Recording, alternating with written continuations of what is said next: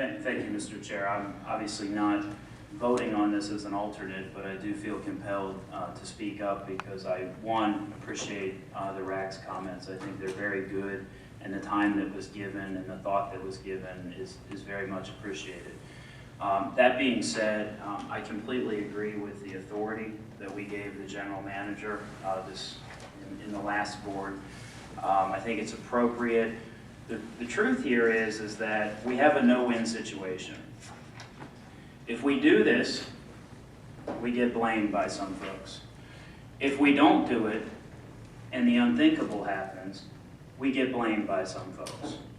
So the truth is, we need to, one, have confidence in the professionals who oversee our safety in this system.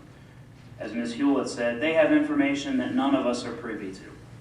I don't agree with the assertion that there's not a credible threat. Frankly, I don't know.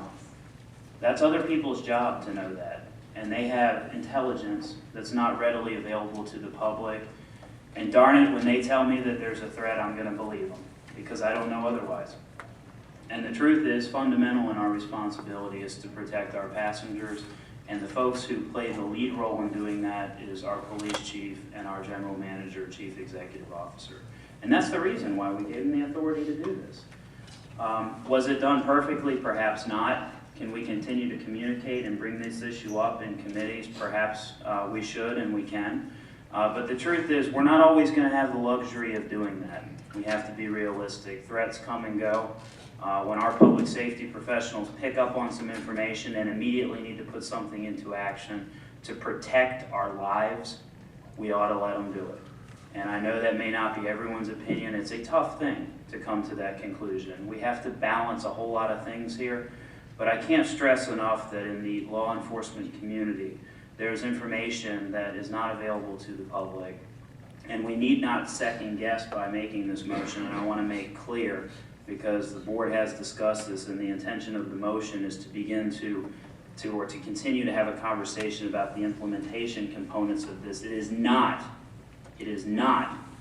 to second guess a security threat or a public safety concern that's been brought to our attention, but rather to talk about the implementation and the communication components of doing this in the long term.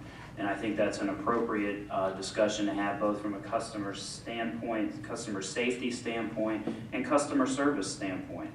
But I, for one, stand firmly in the category of individuals who rely on our public safety and our law enforcement community to understand what a credible threat is.